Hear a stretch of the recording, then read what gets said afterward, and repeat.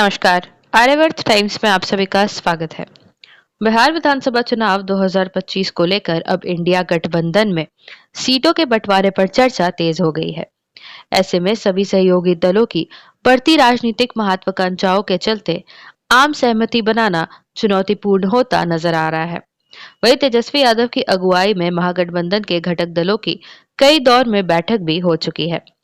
इस बीच अब विकासशील इंसान पार्टी यानी वीआईपी के प्रमुख और पूर्व मंत्री मुकेश सहनी ने सोशल मीडिया प्लेटफॉर्म एक्स पर एक सख्त संदेश लिखा है और कहा है कि विकासशील इंसान पार्टी 2025 में 60 सीटों पर चुनाव लड़ेगी और शेष सीटों पर हमारे गठबंधन सहयोगी चुनाव लड़ेंगे। इसी के साथ मुकेश सहनी ने यह भी साफ कर दिया है कि वो उप मुख्यमंत्री पद की भी मांग करेंगे। उन्होंने कहा है कि एक मल्लाह का बेटा डिप्टी सीएम बने, यह पूरे समाज के लिए गर्व की बात होगी।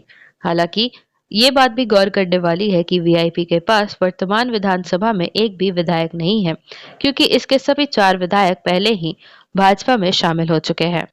वहीं गठबंधन में सबसे बड़ा दल राष्ट्रीय जनता दल है, जिसने 2020 के विधानसभा चुनाव में 144 सीटों पर चुनाव लड़ा था और 75 सीटों पर ही जीत दर्ज की थी, जिससे वो सबसे बड़ी पार्टी बनकर उभरी थी। ऐसे में ये माना जा रहा है कि आरजेडी इस बार भी इसी संख्या को बरकरार रखना चाहेगी। वहीं कांग्रेस ने पिछले चुनाव में जहां 70 सीटों पर लड़कर सिर्फ 19 सीटें ही जीती थी। सूत्रों के मुताबिक इस बार कांग्रेस करीब 50 सीटों पर दावेदारी कर सकती है। इससे पहले सीपीआई भाकपा के राज्य सचिव ने यह बताया है कि पार्टी ने 24 सीटों की सूची तेजस्वी यादव को सौंप दी है।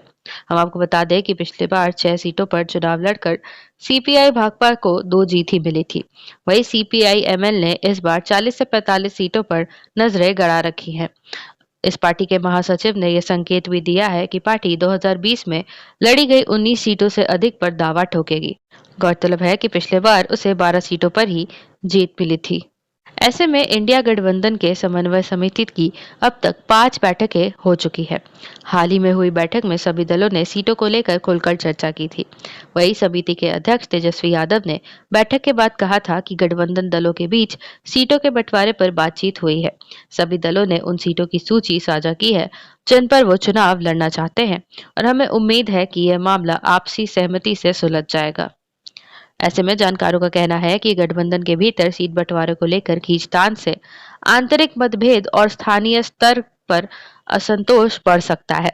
वही कई दल अपनी राजनीतिक प्रासंगिकता बनाए रखने के लिए अतिरिक्त सीटों की मांग कर रहे हैं, भले ही उनका जमीनी आधार सीमित हो। तो इस प्रकार बिहार में महागठबंधन में सीट शेयरिंग को लेकर संग्राम छिड़ चुका है और अलग अलग पार्टियां अब अलग अलग डिमांड कर रही हैं। ऐसे में देखना होगा कि क्या इन पार्टियों की मांग पर सहमति बन पाती है या नहीं। इस वीडियो को लाइक एवं शेयर जरूर करें, साथ ही कमेंट करके अपनी राय भी दें। साथ ही ऐसी और अपडेट्स पाने के लिए हमारे चैनल आर्यवर्त टाइम्स को जरूर सब्सक्राइब करें। धन्यवाद।